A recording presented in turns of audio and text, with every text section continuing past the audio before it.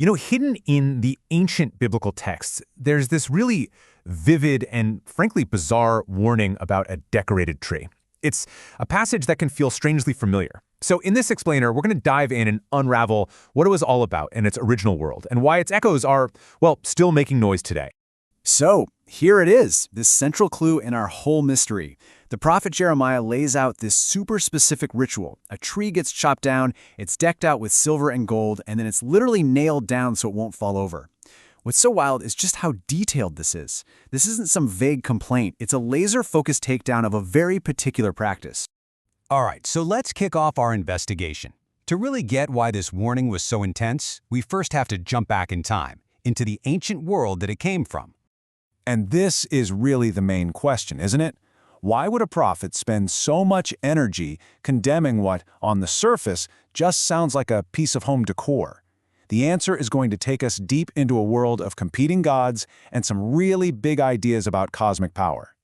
To solve this mystery, we have to introduce our prime suspect. She was an incredibly powerful goddess, worshipped all across the ancient Near East, and her whole story is wrapped up in the symbol of the sacred tree. Her name? Asherah. So who was this Asherah? Well, she was a major player, often called the mother of the gods, a goddess of fertility and life itself, and the partner to the high god, El. But here's the part that's absolutely crucial for our case. Her number one symbol was a sacred tree or a wooden pole. This wasn't some minor detail, it was totally central to how people worshipped her. And this is where the story gets really wild. Archaeologists have actually dug up inscriptions from ancient Israel that pair the God of the Bible, Yahweh, directly with this goddess. They literally say, Yahweh and his Asherah. This is huge. It shows us the problem wasn't just some foreign threat from the outside. A lot of ancient Israelites were actually blending their faiths, creating this hybrid religion that the prophets saw as a total betrayal. Okay, so we've pretty much identified the who in this story, but to understand the why, like why this was so offensive, we have to dig into a really powerful ancient idea about the very structure of the universe. This is where we find the deeper motive.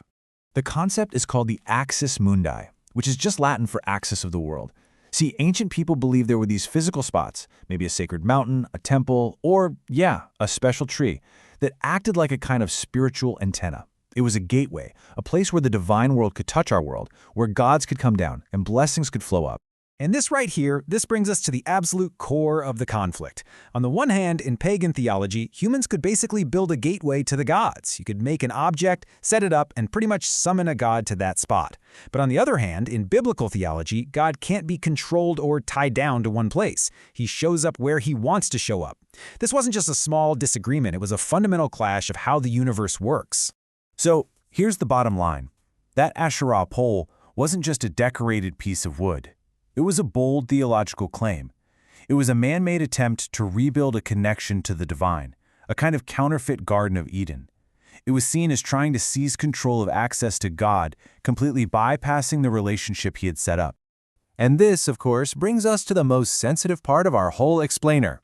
After seeing all that, how are we supposed to process the visual similarities between that ancient ritual and some of our modern traditions?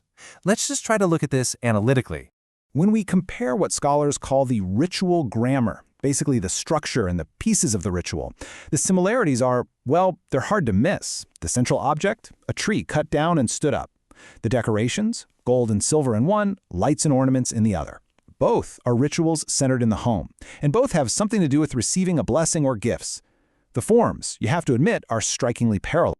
But, and this is a really, really big but, the key difference is all about function. The Asherah pole was a direct theological statement. This object channels a god. By contrast, for almost everyone today, a decorated tree is a cultural and emotional symbol. Nobody is actually arguing that it's a literal gateway to summon a deity. That functional difference, it changes everything. So what's the real takeaway here? You see, the ancient prophetic critique was never really about a specific piece of wood. It was about the power that symbols have. And it actually gives us a lens we can use to look at any tradition, to ask deeper questions about the role it plays in our lives. The real question the Bible is asking isn't about whether something looks similar. It's about how it works. Does an object, any object, start to become the middleman for God's favor in your life? Does it become something you need in order to feel blessed or safe? That right there is the heart of the biblical concern. You know, symbols teach us things silently. They shape our feelings and our ideas before we even consciously think about them. So this prophetic lens asks us to just pause and think, what story is this object or this ritual actually teaching my family about where real life and blessing come from? And finally, here's the real challenge. Does the comfort we get from a tradition ever become a replacement for the active and sometimes really hard work of faith and repentance and obedience? It's a tough question, but it's meant to make sure our symbols are serving our faith and not the other way around.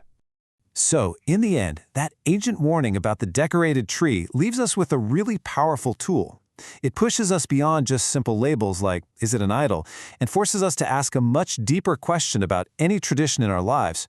What story is this really telling?